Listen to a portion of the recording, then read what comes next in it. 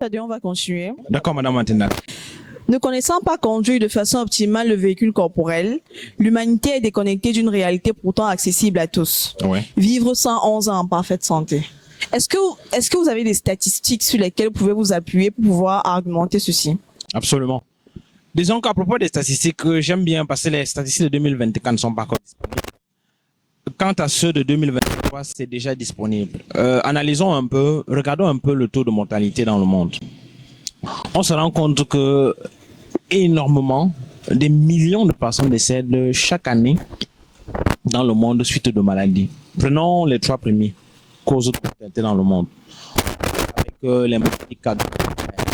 En réalité, quand je parcourais les statistiques, je me suis rendu compte que plus de 20,5 millions de personnes dans le monde sont décédées en 2023 de suite de maladies cardiovasculaires. Je ne sais pas si vous vous rendez compte. Quand on prend au niveau du cancer, on se rend compte qu'on est à plus de 10 millions de personnes qui sont dans le monde de suite de cancer. On les êtres humains comme ça. Absolument. Et quand on parle maintenant, parmi les maladies cardiovasculaires, la plus célèbre, c'est l'AVC. Et quand on analyse de près l'AVC, on parle de 6,6 millions de personnes qui sont décédées dans le monde de suite d'AVC.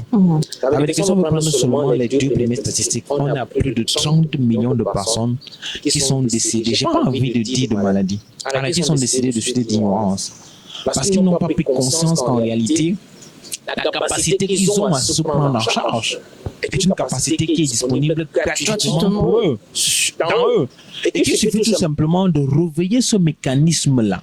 Je ne sais pas si vous vous rendez compte qu'on peut perdre plus de 30 millions d'individus. Ça veut dire qu'on a confectionné pratiquement 30 millions de cercueils. On a endeuillé 30 millions de familles dans le monde par de suite d'une simple ignorance. Alors que si les gens apprennent davantage à conduire de façon optimale leur véhicule corporel, tout ce cataclysme-là sera évité. C'est un peu comme si on constatait que voilà, en Afrique, on se rend compte que voilà, il y a 20 millions de personnes qui décèdent par année de suite de mauvaise conduite.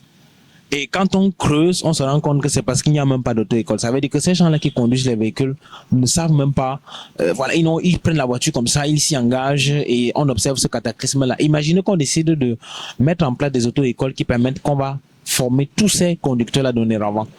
Voilà comment est-ce qu'on va éviter autant de catastrophes. Donc, tout simplement, comme je l'ai dit, on n'entre pas dans un véhicule quand on n'a pas la maîtrise de la conduite de ce véhicule-là. Sinon, la catastrophe, elle est évidente, elle est garantie. Donc, si vous apprenez à conduire, forcément, vous allez non seulement vous protéger l'usager de la route et protéger le véhicule. Quoi de plus simple? Comme je l'ai dit, la science qui permet de conduire de façon optimale un véhicule corporel n'est pas une science qui est compliquée. Elle est même d'ailleurs accessible à tout le monde. Donc, il faut seulement se rapprocher pour chercher à acquérir cette connaissance-là et éviter des pertes en vie humaine inutiles. Malheureusement, à cause vraiment du gaspillage, à cause de l'ignorance. C'est ce qui est le plus gênant, le plus triste dans cette histoire.